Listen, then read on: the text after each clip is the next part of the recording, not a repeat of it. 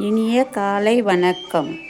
நான் இப்போ உங்களுக்கு ஒரு ஈஸியாக பகோடா செய்யுது எப்படின்னு காட்ட போகிறேன். கேவுர் மாவு, இந்த மாகாணி இலை 1, கடலை மாவு ஒரு 3 ஸ்பூனு, பச்சரிசி மாவு ஒரு 3 ஸ்பூனு, பெருஞ்சீரகம் சோம்புன்னு சொல்லுவாங்கல்ல, இது 1/2 ஸ்பூனு, மீடியம் சைஸு வெங்காயம் 2. இந்த மாவை போட்டு அதில் மழை நாள் இல்லையா, அதனால் இது நல்லா இருக்கும். மாவில் உப்பு தேவைக்கேற்ப போட்டு அதில் கொஞ்சோண்டு ஒரு 3 ஸ்பூனு, இந்த ஸ்பூனால் 2 கரண்டி காய்ச்சின எண்ணெயை ஊற்றணும். ஊற்றிட்டு இதை நல்லா பிசைஞ்சு இந்த அளவுக்கு இப்படி இருக்கணும். இது என்ன செய்யணும்னா, உப்பு தேவைக்கேற்ப போட்டாச்சு. இப்போ பாருங்கள், இதை எப்படி இதை பாருங்கள், இப்படி போடணும்.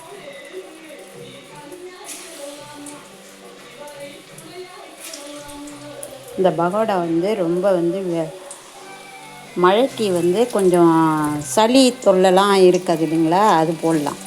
இதன் கூட தூது வேலை இருக்குது பாருங்கள், தூது வேலை கீரை கொஞ்சம் ரொம்ப சளியாக இருக்கிறவங்க அதை சேர்த்துக்குங்க. அதையும் கொஞ்சம் சேர்த்து போட்டோம்னா சளி கொஞ்சம் எடுக்கும், நல்லது. இப்போ மீடியம் சைஸில் இதை வச்சுட்டு கொஞ்சம் கொஞ்சமாக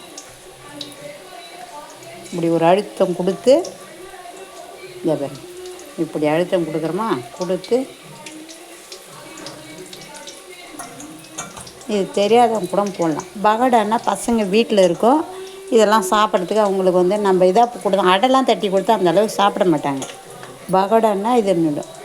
தேவையானவங்க கொஞ்சோண்டு சோடா மாவு இருந்தால் போட்டுங்க. நான் அதெல்லாம் போடலை, ஏன்னா எங்கள் வீட்டில் அதெல்லாம் ஒத்துக்காது, உடம்பு சரியில்லாமல் இருக்கிறாங்க. அதனால் நான் இப்படி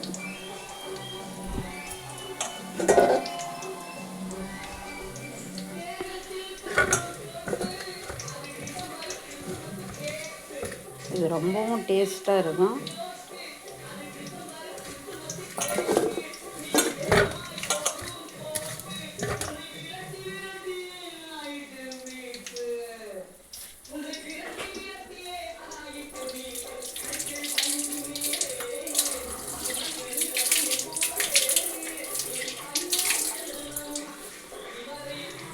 இது இப்படி போட்டு நல்லா வெந்ததுமே இதை அழகாக இப்படி ஈஸியாக திருப்பிக்கும். இப்படி திருப்பி போட்டுற வேண்டியதுதான். நல்லா வெந்த பிறகு இதை பாருங்கள், இதை வெந்துருக்குது பாருங்கள், அப்படியே சூப்பராக அப்படியே நைஸாக இதை பாருங்கள். இது இந்த வெங்காயத்தை பார்க்கணும். இந்த பாருங்கள், இந்த வெங்காயம் இந்த அளவுக்கு வெந்தால் ரொம்ப டேஸ்ட்டாக இருக்கும், நல்லாவும் இருக்கும். பசங்க சாப்பிட்றதுக்கு முறுன்னு இருக்கும். அது பாருங்கள், இதை செஞ்சு பாருங்கள். மீண்டும் சந்திப்போம்.